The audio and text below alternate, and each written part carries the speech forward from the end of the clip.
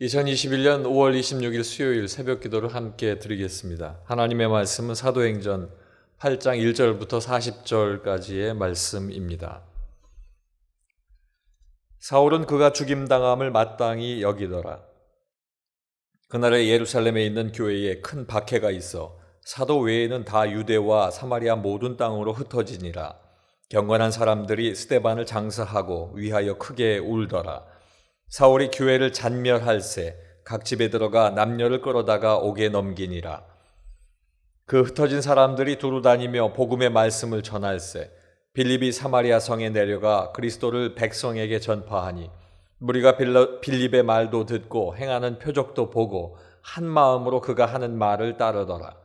많은 사람들에게 붙었던 더러운 귀신들이 크게 소리를 지르며 나가고 또 많은 중풍병자와 못 걷는 사람이 나으니 그 성에 큰 기쁨이 있더라.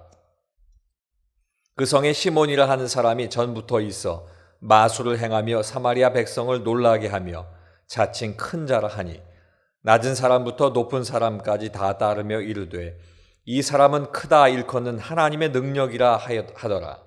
오랫동안 그 마술에 놀랐으므로 그들이 따르더니 빌립이 하나님 나라와 및 예수 그리스도의 이름에 관하여 전도함을 그들이 믿고 남녀가 다 세례를 받으니 시몬도 믿고 세례를 받은 후에 전심으로 빌립을 따라다니며 그 나타나는 표적과 큰 능력을 보고 놀라니라.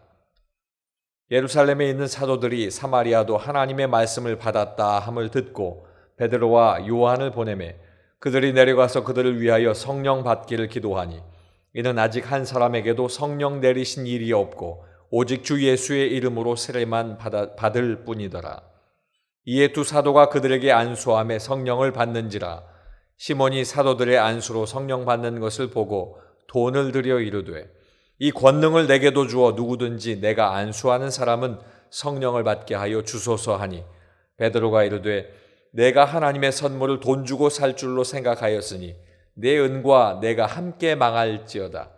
하나님 앞에서 내 마음이 바르지 못하니 이 도에는 내가 관계도 없고 분깃될 것도 없느니라. 그러므로 너의 이 악함을 회개하고 주께 기도하라. 혹 마음에 품은 것을 사하여 주시리라. 내가 보니 너는 악독이 가득하며 불의에 매인 바 되었도다. 시몬이 대답하여 이르되 나를 위하여 주께 기도하여 말한 것이 하나도 내게 임하지 않게 하소서 하니라. 두 사도가 주의 말씀을 증언하여 말한 후 예루살렘으로 돌아갈새 사마리아인의 여러 마을에서 복음을 전하니라. 주의 사자가 빌립에게 말하여 이르되 일어나서 남쪽으로 향하여 예루살렘에서 가사로 내려가는 길까지 가라 하니 그 길은 광야라. 일어나 가서 보니 에디오피아 사람 곧 에디오피아 여왕 간다게의 모든 국고를 맡은 관리인 네시가 예배하러 예루살렘에 왔다가 돌아가는데 수레를 타고 선지자 이사야의 글을 읽더라.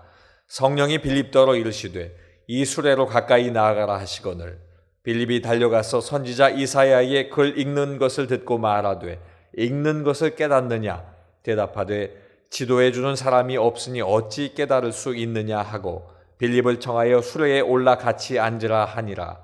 읽는 성경 구절은 이것이니 일러스되 그가 도살자에게로 가는 양과 같이 끌려갔고 털 깎는 자 앞에 있는 어린 양이 조용함과 같이 그의 입을 열지 아니하였도다. 그가 굴욕을 당했을 때 공정한 재판도 받지 못하였으니 누가 그의 세대를 말하리요.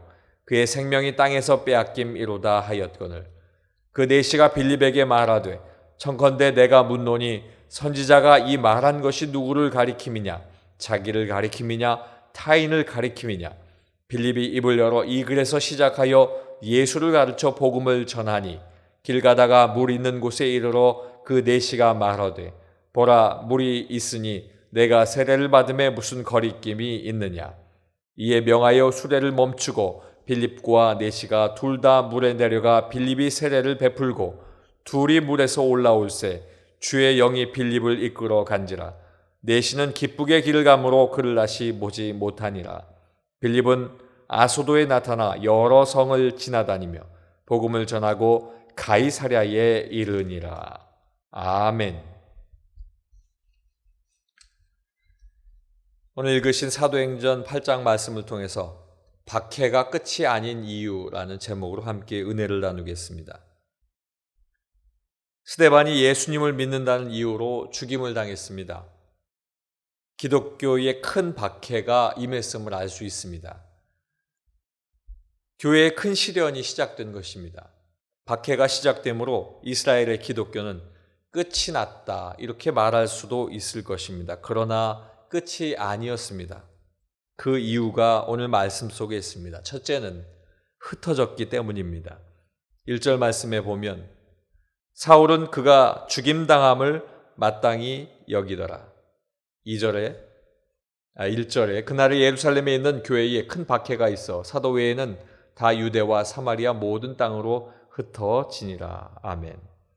1절에 주목해야 할 단어가 있습니다.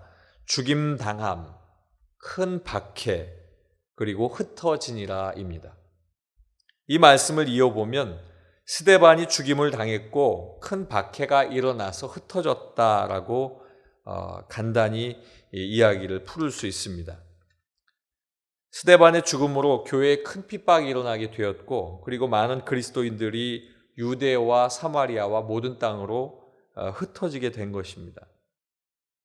스데반의 죽음을 슬퍼하는 경건한 사람들은 슬픈 마음으로 그를 장사했습니다.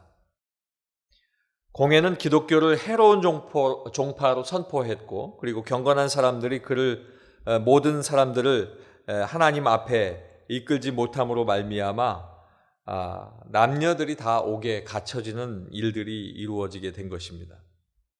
사울은 공회의 임명을 받고 그 명령을 시행하던 사람이었는데 제자들도 여러 도시로 피할 때에 이 사울이 그들을 잡으러 다닌 일을 감당한 것입니다. 대부분의 사람들이 유대와 사마리아 땅으로 피했습니다. 어떤 이는 다메섹과 다른 곳으로 피했다고도 기록이 되어 있습니다.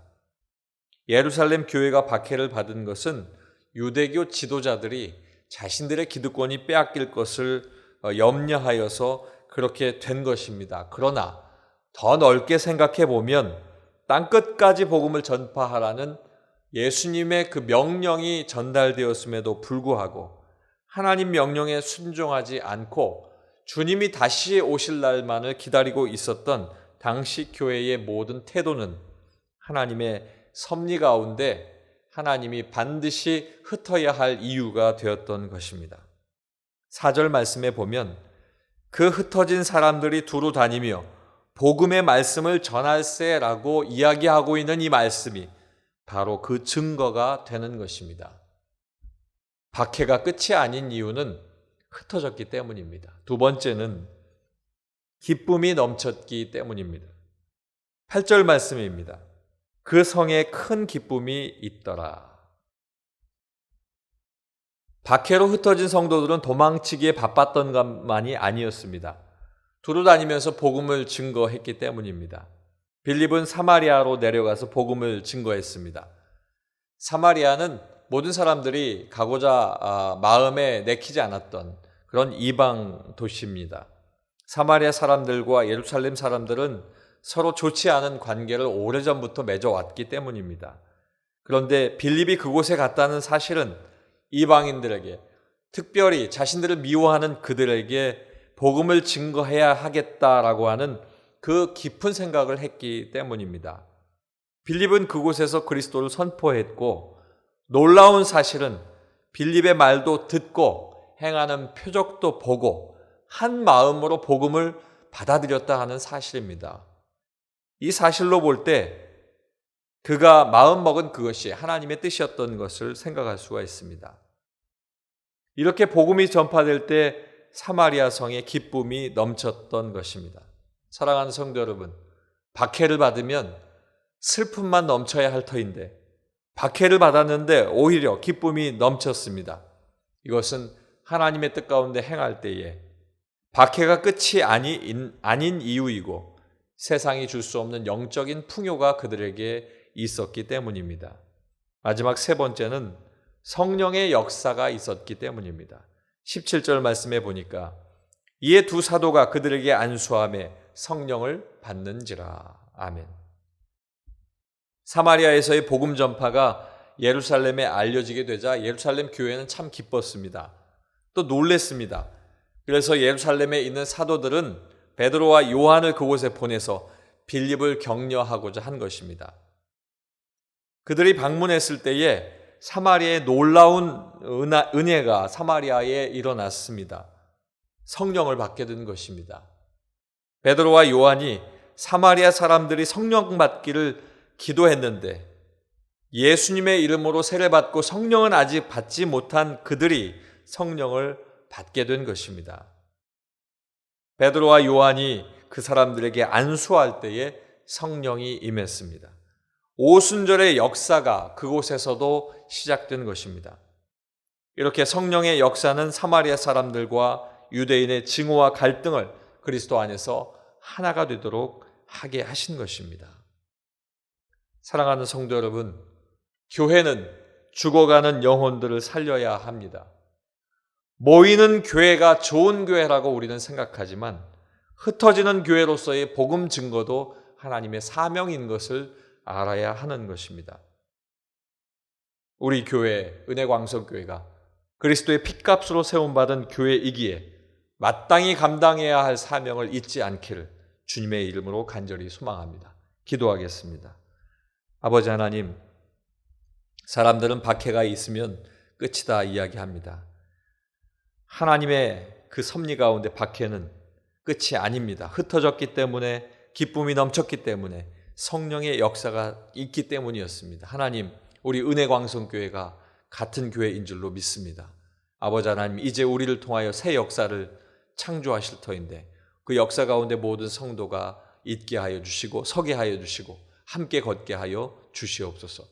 특별히 제일 앞에 세워주신 담임 목사님 기억하여 주시고 하나님께서 계시하여 주시고 말씀하여 주셔서 선포하게 하실 때에 그 말씀을 온 성도가 아멘으로 화답하며 함께 걷게 하여 주시옵소서.